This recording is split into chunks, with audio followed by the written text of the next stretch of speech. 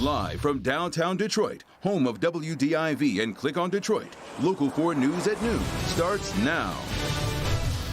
The EPA is bringing a new tool to their investigation into the Flat Rock gas leak, what it is, and the very latest from the scene coming up in a live report. Plus, surprising discovery. It started as what looked like a car crash, a garbage truck slamming into a building, but what was inside of that building has now sparked a separate investigation.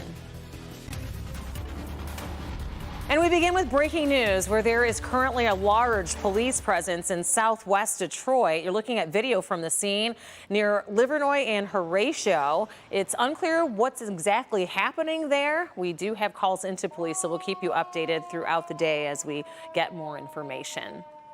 Now to our other top story this noon. Thank you for joining us. It is one of the stories out of Sterling Heights where a garbage truck slammed into a building on Mound Road near 15 Mile after being cut off on the roadway. As Nick Monticelli reports, though, the crash wasn't the only investigation that incident sparked.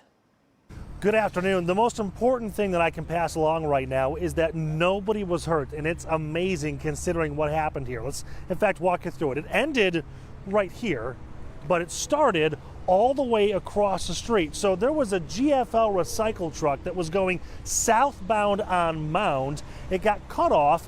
That truck driver swerved out of the way, lost control, ended up jumping the median, clipping a light pole over there, coming across the northbound lanes, again, not hitting anybody doing that, and then crashing into this building, which that is where we find the illegal marijuana grow operation. Now, what makes this illegal is a couple of things. Number one, there are about 45 plants in there, far more than you would be allowed to grow.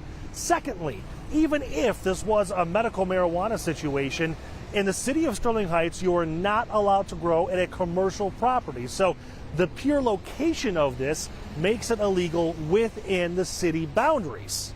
Now, as amazing as this is, again, nobody was hurt. The driver of the truck himself, just a couple of scratches. He was walking around.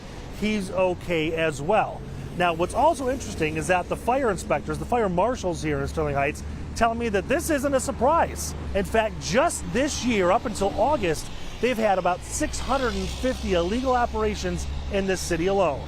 It is becoming an issue, both in residential and commercial settings. Now, a business right next door caught all of this on camera, at least the back half of it. You can see that garbage truck going through the back section of the parking lot, plowing into some storage areas, ruining some sea-doos as well. But again, amazingly, the driver and nobody else was hurt. Now you've got law enforcement and the fire marshal involved to see what's going to happen with those who were growing here. The owner of the building was unaware of what was happening. They were leasing to somebody else, so that's what they're going to have to start tracking down. In Sterling Heights, Nick Monticelli, Local 4. Thank you, Nick. And now to the very latest in Flat Rock after that gas spill from a Ford plant has led to the investigation, the suggested evacuation of more than 1,100 families. And Sean Lay joins us now live. Sean, what are you learning right now? Rhonda, a meeting, high-level meeting, just wrapped up. All agencies involved, along with Representative Debbie Dingell and Ford at the table. Again, just wrapped up. The headline for that meeting would be trace amounts of benzene still being found in sewer system here, but the numbers continue to go down and are at good levels in the sewer system. Plenty of officials very pleased about that, including homeowners as well. Now, the emergency is really turning to testing here. Lots of testing. The EPA bringing in a new piece of equipment, only two in the country this morning, that will speed up the air quality testing in homes here. It's first being used to test the Flat Rock Community Center to make sure fume levels are okay there. Then testing will begin up and down streets here for the 1,100 homes identified in the two zones in Flat Rock that are called areas of concern. Ford says it continues to maintain the plug from the gasoline line that leaked gas containing benzene into the sewers, resulting in harmful fumes getting into some of the homes here. There's a virtual town hall tonight. I'm going to repeat that, a virtual town hall tonight, 7 p.m. We're still gathering information on how that's going to be presented online and how you can take part to get your questions answered. Debbie Dingell just told me she has a list of questions that she wants answered tonight, so there's clear communication to residents here impacted by this in Flat Rock. And we're also learning about some new information about if you're out of your home, what you can do to speed up the process to get back into your home. We're still working on that element. We'll have it live at 5 o'clock. o'clock. Rhonda, back to you. Well, I know that a lot of people that have been displaced are looking forward to learning more about that too, Sean. Thank you. Another round of storms, another round of power outages. Right now, DTE says there's still about 39,000 customers that don't have power from yesterday's storms, primarily in the northwest Oakland County area that was harder hit. DTE says more than 2,000 crews are out in the field working to restore power. Meanwhile, Consumers Energy reports more than 45,000 of its customers are affected as well. So what happened? That brings our meteorologist Brandon Rue in live to talk more about the storm that happened and now this beautiful blue sky that we're experiencing now, Brandon. Often the case when you get trouble right afterward, it's, utopia. It's beautiful. But the only good thing about what happened yesterday was that the forecast, timing, and the severity expectations were pretty much right on point. And that's not a good thing.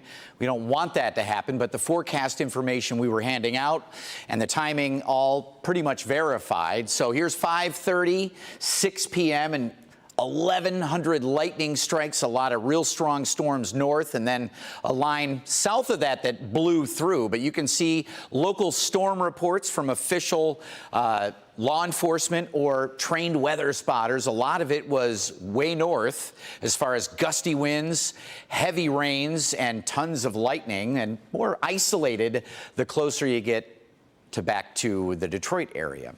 So now we are in the wake of that and seeing low, middle 70s.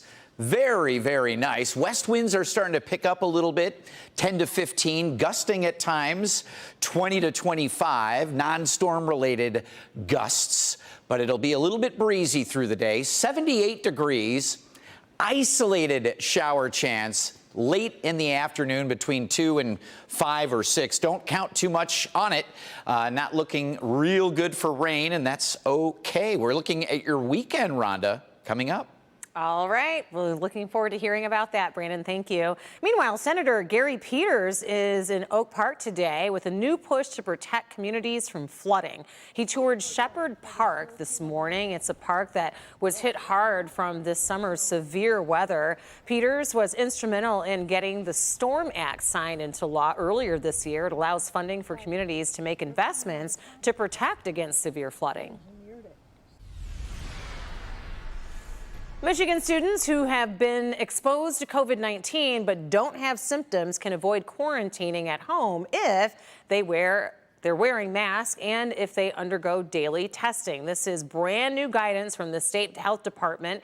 And meantime, new COVID-19 numbers, when they will be released. We do have outbreak information at Michigan schools, more than triple in just 1 week.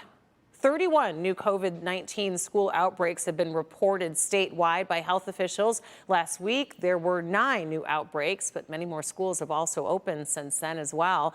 Labor Day has come and gone, and the days are getting shorter and the weather slowly getting cooler. As we head into fall and then winter, there are concerns about what the colder temperatures and more people being inside will do to the battle against the coronavirus. That concern especially acute due to the number of children now becoming infected.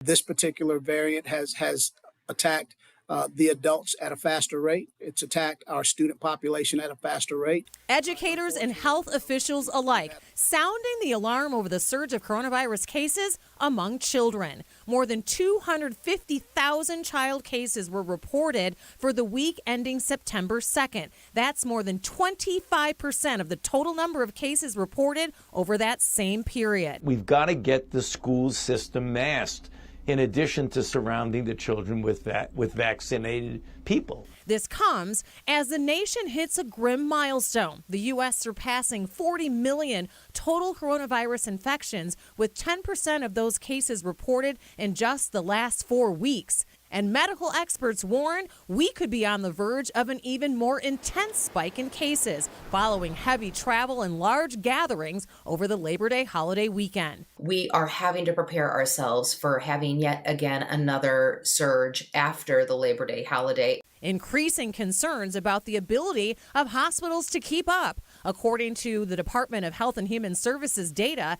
8 states had more than 90% of their adult ICU beds occupied as of Sunday. With cases and hospitalizations already on the rise, President Joe Biden is set to address the nation on Thursday about the next phase of his pandemic response.